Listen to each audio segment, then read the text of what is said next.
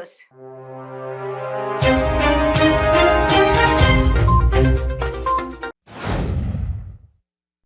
గుజరాత్ మాజీ ముఖ్యమంత్రి శంకర్ సింగ్ వాఘేలా ప్రగతి భవన్ కి చేరుకున్నారు.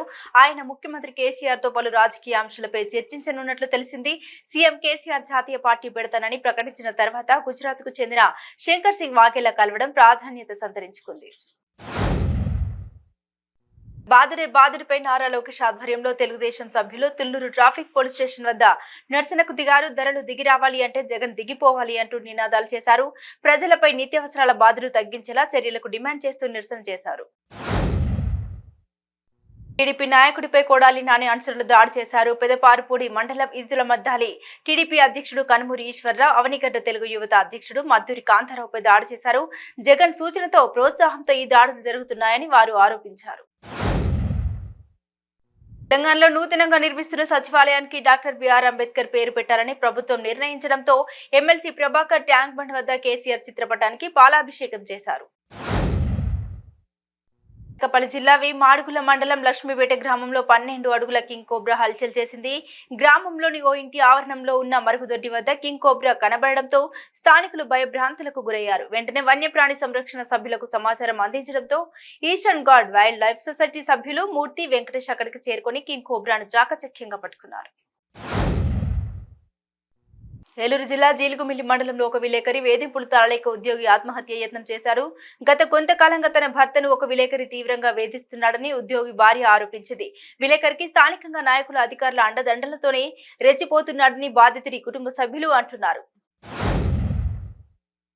హైదరాబాద్ దోమలగూడలోని అరవింద్ నగర్ శ్రీ సాయి కృష్ణ రెసిడెన్సీలో ఈడీ సోదాలు కొనసాగుతున్నాయి. 4 ఈడీ అధికారుల నేతృత్వంలో సాయి కృష్ణ రెసిడెన్సీలోని మొదటి అంతస్తులో ఓ చార్టెడ్ అకౌంట్ నివాసంలో ఈడీ సోదాలు చేస్తోంది.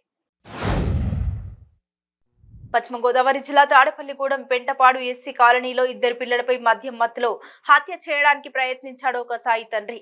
జీవన ఉపాధి కోసం దుబాయ్ లో పనిచేస్తున్నారు దావిద్ రాజు. భార్య నిర్మలపై అనుమానంతో 2 పిల్లలు అమృత ఆలేఖ్యపై విచక్షణ రహితంగా దాడి చేశాడు తండ్రి. దుబాయ్ లో ఉన్న భార్య నిర్మలను స్వదేశానికి తీసుకురావాలని పిల్లలను వేధిస్తున్న వీడియోలను భార్యకు పంపుతున్నాడు దావిద్ రాజు.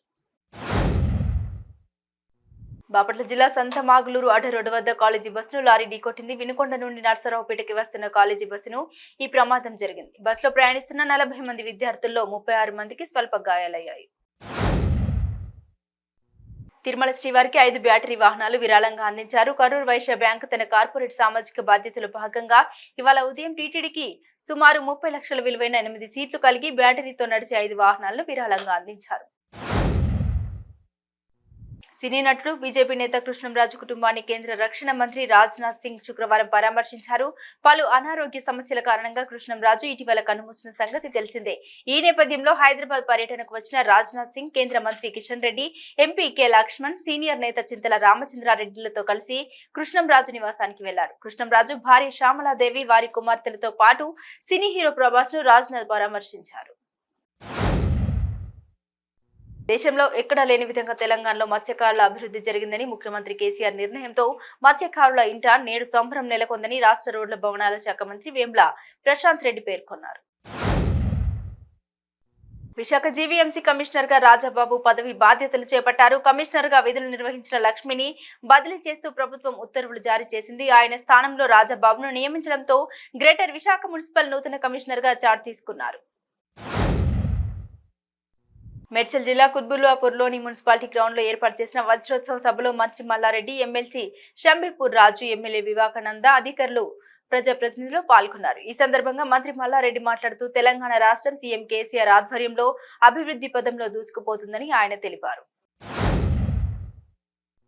75వ తెలంగాణ జాతీయ సమైక్యత వజ్రోత్సవాల్లో భాగంగా ఎమ్మెల్యే కల్వకుంట్ల విద్యాసాగరరావు ఆధ్వర్యంలో బస్టాండ్ నుండి జూనియర్ కాలేజీ స్టేడియం వరకు భారీ ర్యాలీ నిర్వహించారు. అనంతరం సభ ప్రాంగణంలో ఎమ్మెల్యే మాట్లాడుతూ రాష్ట్ర ప్రభుత్వం ఎన్నో సంక్షేమ పథకాలు తీసుకొచ్చి పేద, బడుగు, బలహీన వర్గాలకు బాసటగా నిలుస్తుందని ఈ సందర్భంగా ఎమ్మెల్యే విద్యాసాగర్ పేర్కొన్నారు. కుత్బుల్లాపూర్లో ఎమ్మెల్యే కేపీ వివేకానంద ఆధ్వర్యంలో జీడిమెట్ల పిఎస్ నుండి కుత్బుల్లాపూర్ మున్సిపల్ గ్రౌండ్ వరకు విద్యార్థులతో ర్యాలీ నిర్వహించారు. అనంతరం తెలంగాణ జాతీయ సమైక్యత దినోత్సవ వేడుకల్లో భాగంగా ప్రముఖ సింగర్లు ఫర్నికా మాన్య, సాహితీ చాగంటిలు పాల్గొని అందరినీ అలరించారు. తెలంగాణ జాతీయ సమైక్యత వజ్రోత్సవాల భాగంగా ఎంఐఎం అధ్యక్షుడు అసదుద్దీన్ ఓవైసీ పాల్గొన్నారు. ముందుగా జాతీయ జెండాలతో ర్యాలీ నిర్వహించారు. అనంతరం ఏర్పాటు చేసిన బహిరంగ సభలో ఆయన మాట్లాడుతూ ప్రజలకు సమైక్యత వజ్రోత్సవ శుభాకాంక్షలు తెలిపారు. తెలంగాణ జాతీయ సమైక్యత వజ్రోత్సవాలు పురస్కరించుకొని పట్టణంలో ర్యాలీ నిర్వహించారు. నర్సాపూర్ ఎమ్మెల్యే మదన్ రెడ్డి, మహిళా కమిషనర్ చైర్పర్సన్ సునీతారెడ్డి సమక్షంలో ఈ ర్యాలీ నిర్వహించారు. అనంతరం పబ్లిక్ మీటింగ్ ఏర్పాటు చేశారు. ఈ కార్యక్రమానికి మెదక్ జిల్లా అడిషనల్ కలెక్టర్ ప్రతిమా సింగ్ పాల్గొనగా టీఆర్ఎస్ నాయకులు కార్యకర్తలు భారీగా తరలివచ్చారు. జగిత్యాల జిల్లా మెట్పల్లి పట్టణంలోని మఠంవాడలోని ఎంపీ నిధులతో నిర్మిస్తున్న ముదిరాజ్ సంఘం భవనానికి నిర్మాణ కార్యక్రమానికి ముఖ్య అతిథిగా హాజరై కొబ్బరికాయ కొట్టి పనులు ప్రారంభించారు. బీజేపీ కోరుట్ల నియోజకవర్గ నాయకురాలు మాజీ జెడ్పీటీసీ సునీతా వెంకట్.